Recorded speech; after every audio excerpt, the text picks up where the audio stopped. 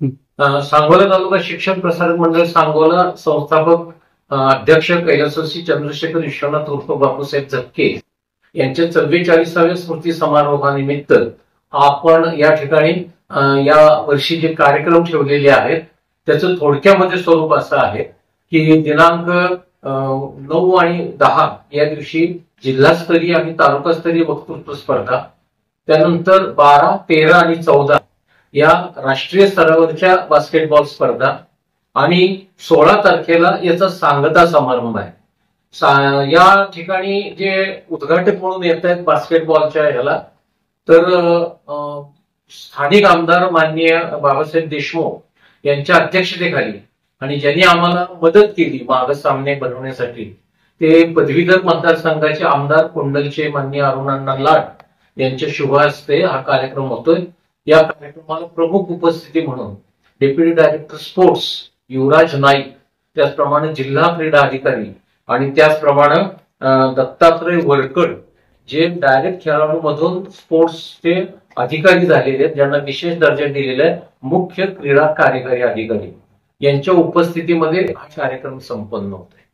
त्याच्यानंतर बास्केटबॉल टुर्नामेंटची सांगता आहे, त्या सांगतेसाठी योगायोगानं काही दिवसापूर्वीच आमच्याकडे ललिता बाबर ज्या आंतरराष्ट्रीय धावपटू आहेत त्या आल्या होत्या की त्यांना त्या स्पोर्ट्स मधूनच आता त्या उपायुक्त नवी मुंबई पुणे या ठिकाणी कार्यरत आहे।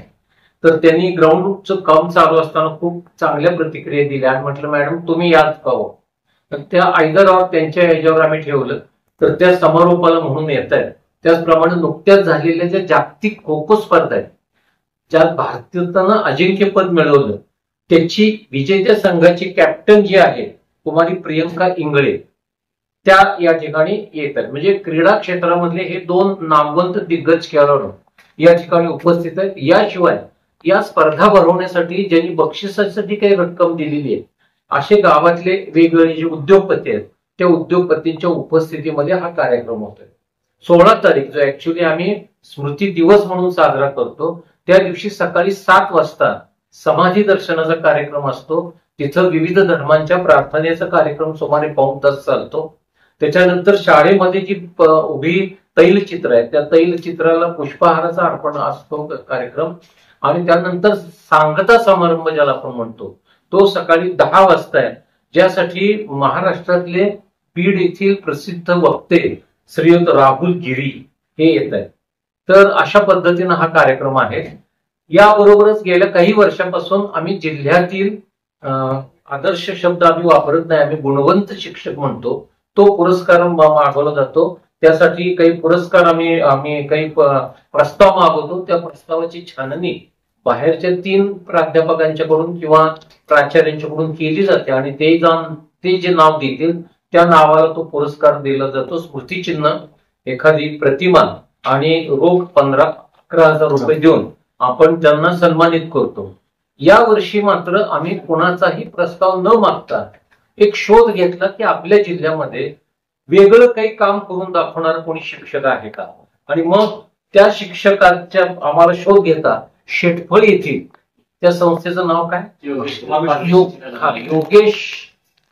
योगेश कुमार भांगे खाली, आणि हे जे वर्तमानपत्रामध्ये आलेलं आहे, रेडिओवरती न्यूज आलेलं आहे की लहान मुलांच्या मधलं बहिरे पण वेळीच ओळखायचं की ज्याच्यामुळे पुढचे प्रॉब्लेम येणार नाहीत, त्या दृष्टीनं कार्य करणारी हे शिक्षक आहेत।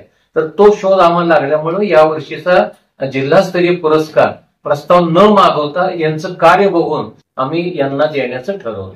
78 साली सांगोला महाविद्यालय याच इमारतीमध्ये सुरू झालं।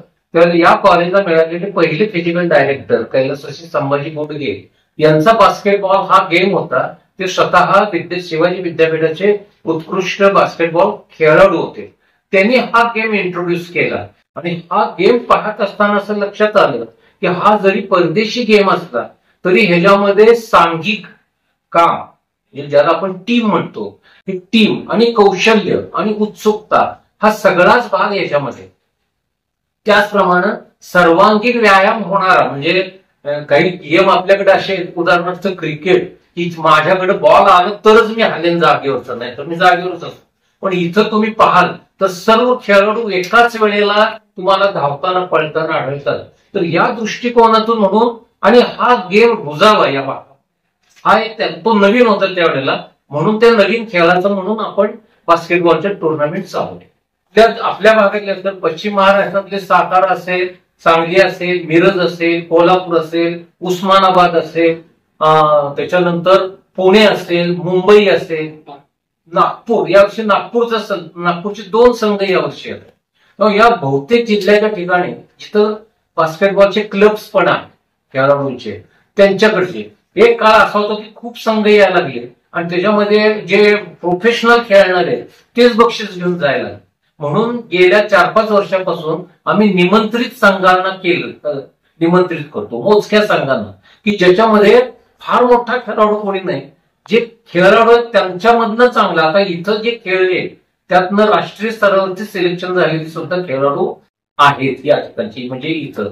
तर अशा पद्धतीनं निमंत्रितांच्या आम्ही स्पर्धा या घेतो. त्याच्यामध्ये सामान्य 24 ते 26 संघ येतात.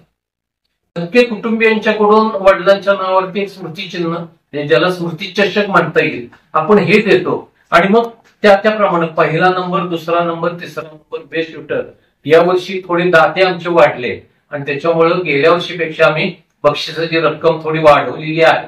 मला वाटतं क्रमांक 1 ला 31,000 रुपये आहेत. शिवाय ती ट्रॉफी आहे. दुसऱ्याला 21,000 रुपये आहेत. तिसऱ्याला 11,000 रुपये आहेत. चौथं प्राइस 6,000 रुपयाचं आहे. 5th price for second position, म्हणजे त्याच्यामधनं जे येतात त्या प्रत्येकाला 3,000 रुपये अशा पद्धतीचं आहे. आणि सेकंड पोझिशन इन लीग, म्हणजे दुसऱ्या ह्याच्यावर जो राहतो त्या खालच्या ह्याच्यातला, त्याला 1,500 रुपये.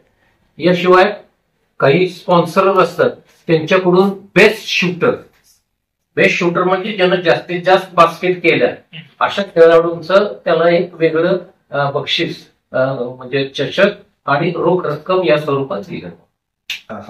नाही, आता खरं सांगू का, आता या सांगोली शहर किंवा परिसरातल्या नागरिकांना साधारणपणे सप्टेंबर महिन्यात हे सामने असतात हे माहिती झाले. लोकांच्याहून चौकशीला सुरुवात होती की सामने केव्हा आहेत, आणि त्याच्यामुळं लोक मोठ्या संख्येनं उपस्थित राहतात.